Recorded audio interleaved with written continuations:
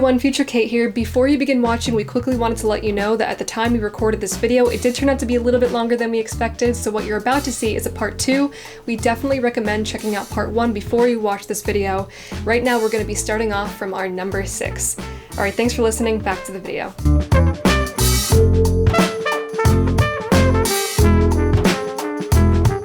Our number 6. Lynn Dickerson. In 1999, she won $10 million from the Florida lottery, but was infamous for court cases involving multiple word-of-mouth contracts she made between herself and her coworkers, but got into some real legal trouble with the IRS and was forced to pay gift tax on her lottery winnings. To set the scene, Edward Seward was such a regular customer at the Grand Bay, Alabama Waffle House that he would buy lottery tickets in Florida and head back to share them with the employees there. On the day of the drawing in 1999, Tonda Lynn Dickerson's envelope given to her by Seward held the magical winning ticket for the $10 million jackpot. All of the employees were absolutely thrilled for her. Having worked together at the humble Waffle House establishment helped them form such a tight-knit bond that they had verbally agreed to split the jackpot should any of them win it. But that's not exactly what Dickerson recalled. She instead took a finders keepers approach and kept the money all for herself.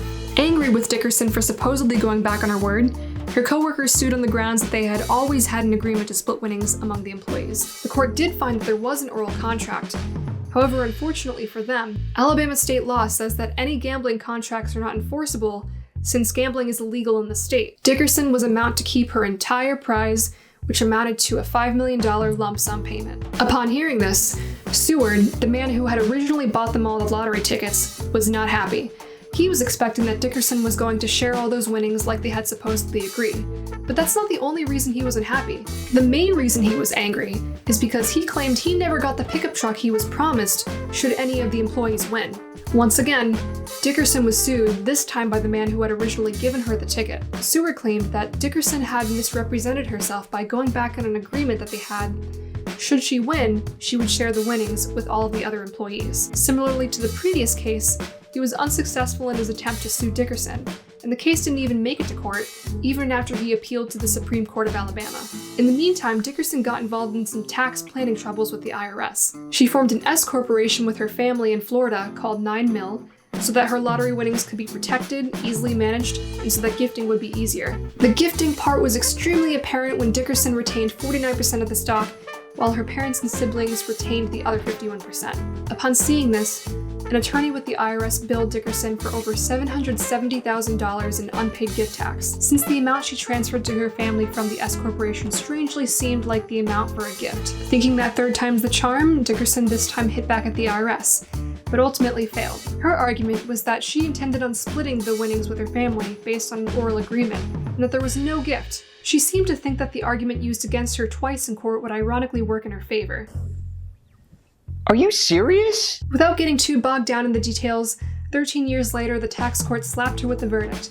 Nope, it was indeed a gift, and they weren't buying her argument. She seemed to have forgotten, or at least blatantly ignored, the fact that oral contracts made in the state of Alabama are illegal and unenforceable, and it's the exact reason why she won her 2 previous court cases. It might be reasonable to say that Dickerson will never step foot in a Waffle House again. Our number 7, Americo Lopez, a construction worker from New Jersey who was forced to share his $38.5 million prize after keeping his prize a secret from his friends. For years, Lopez and his 5 other friends, who were all on a construction crew together, would pool their money to spend on lottery tickets.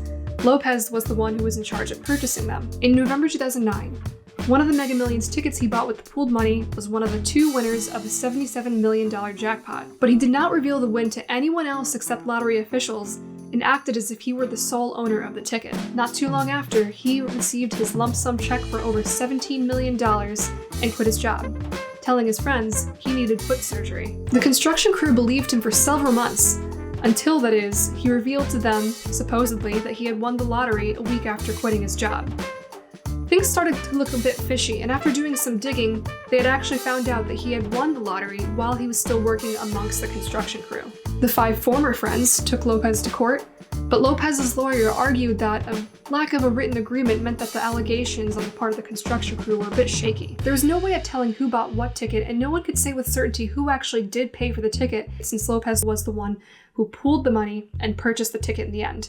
In the end, he was indeed the one who bought the ticket at the store. He had also argued that the winning ticket was actually one that he had bought for himself using his own money, and that he would frequently buy tickets for himself simultaneously while buying tickets for his friends. A county jury was not convinced and ordered Lopez to share his winnings with his 5 other former co-workers. After the trial, they planned on taking a 2-week vacation and returning to work in construction, this time without Lopez. Our number 8, Vivian Nicholson. The story isn't too unfamiliar with lottery players.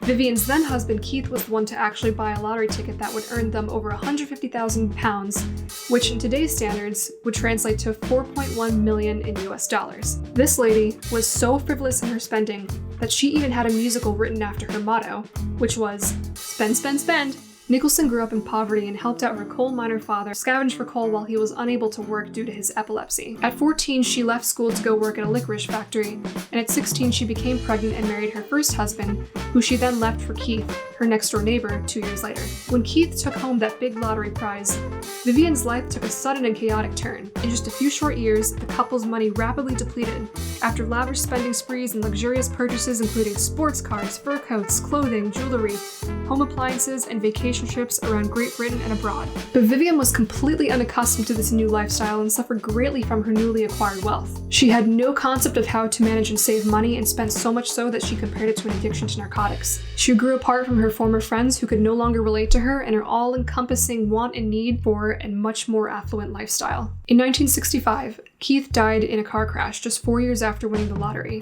Banks and tax creditors immediately deemed Vivian bankrupt, since all of his winnings actually belonged to his estate and not her.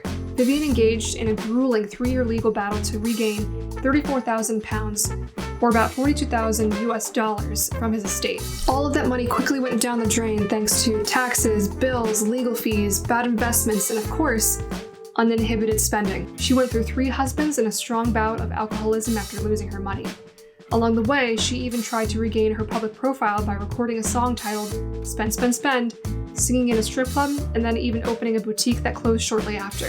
She then co-wrote an autobiography titled "Spend, Spend, Spend," which was adapted by the BBC in a dramatization, and then again by West End Musical in 1998. Vivian passed away in a hospital in 2015 after suffering from a stroke and dementia. A few years prior, she had said that she had no regrets about her spend, spend, spend lifestyle. Our number 9, Michael Carroll, otherwise known as England's Lotto Lout.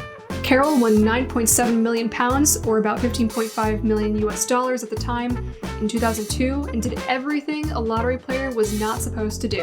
At the end of his spending tirade that financially bled him dry, he was left penniless and resorted back to his humble earnings. He distributed some of the money to his friends and family, as well as a few other stragglers who were looking for some handouts. But the self-titled king of chavs spent everything else on chunky gold jewelry, drugs, and thousands of prostitutes. Within just 1 year of winning, he was allegedly smoking over $3,000 worth of crack cocaine daily and throwing debaucherous parties at his $500,000 home. He was infamous both nationally and among his local neighborhood for buying a 3-acre field to hold demolition derbies behind his former home in Norfolk. The constant racket and deplorable conditions left from burned out cars in those derbies left neighbors so miserable that they had officials set up an official hotline to report disturbances and complaints he was specifically involved in. Eventually, he was forced to sell his home at a $750,000 loss after completely ruining it. Unsurprisingly, his wife and children were also driven away by his behavior. Finally, the erratic fun was winding down, but he was unable to get his £200-a-week job as a garbage collector back. Instead, took a job as a painter. Since his win, Carroll's record became littered with court appearances, crimes, and motoring offenses. He was sentenced to jail for 5 months after refusing to comply with a drug treatment order that was originally associated with the sentence for cocaine possession. In 2005, he was given an ASBO, or an antisocial behavior order, and was monitored after catapulting ball bearings at cars and windows from his Mercedes. Carroll promised that his antics would stop from then on, but then was jailed again for 9 months after threatening teenagers with a baseball bat at a Christian rock concert. He was also caught drunk driving at nearly 4 times the limit, and was handed a 16-week prison sentence. On top of that, his license was suspended for a year, and he had to put in 10 hours of community service work. His lawyer also admitted he was an alcoholic when he appeared in court for skipping probation appointments. Carroll effectively spent it all in 8 years. He admitted he actually liked living off pennies before he won the lottery, and he was back to living off his £42 per week unemployment benefits. The party has ended, and it's back to reality. I haven't got 2 pennies to rub together, and that's the way I like it. I find it easier to live off 42 dole than $1 million. A year later, he admitted to having attempted suicide and self-harm. His friend found him in his home right before he fell unconscious, and he was taken to the hospital. After being taken to the hospital, he discharged himself, and he did claim that he didn't feel quite right, but he wanted to keep going for his children's sake.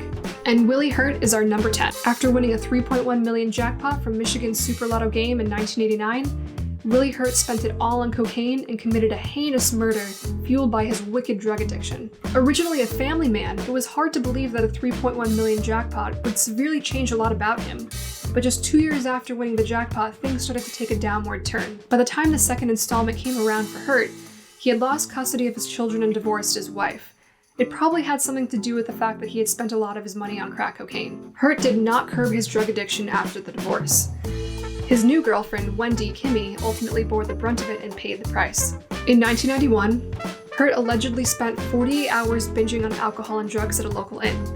He reportedly got into an argument with his girlfriend when he couldn't find any more crack. In a rage, Hurt shot his girlfriend in the head and turned himself into the police. Kimmy's body was found on the floor of the room they had been renting for 3 weeks. Besides having to undergo a psychiatric evaluation, not much else is really known about Hurt or whether he was really convicted. Seeing as how he turned himself into police, it's likely that he will be spending the rest of his life in prison. Shockingly, he won't have to give up his annual lottery installments of $156,000, even if convicted. There's one player you might be wondering, how the heck did this guy not make this list? And that's right, there's no way we could possibly forget the most infamous lottery player who probably changed the game forever. Eddie Tipton swindled the system with tactful maneuvering and inside knowledge, but was ultimately caught. His escapades are so relevant and important today that we decided to give him his own video. Stay tuned for that, that'll be coming out later in the future. Hi everyone, Future Kate here again. We hope you enjoyed this video, and if you did, please leave us a like below. It really lets us know that you like what you saw, and it really helps out our channel too. Don't forget to also comment below what you thought about these infamous lottery winners, and if there was someone who you thought should have made the cut. Do let us know. Don't forget to also hit that subscribe button and the notification bell so you can stay up to date on all of the latest content. If you already haven't watched part 1, we also recommend doing that. But from all of us at Lottery Post, thanks for watching, and we'll see you next time. Take care.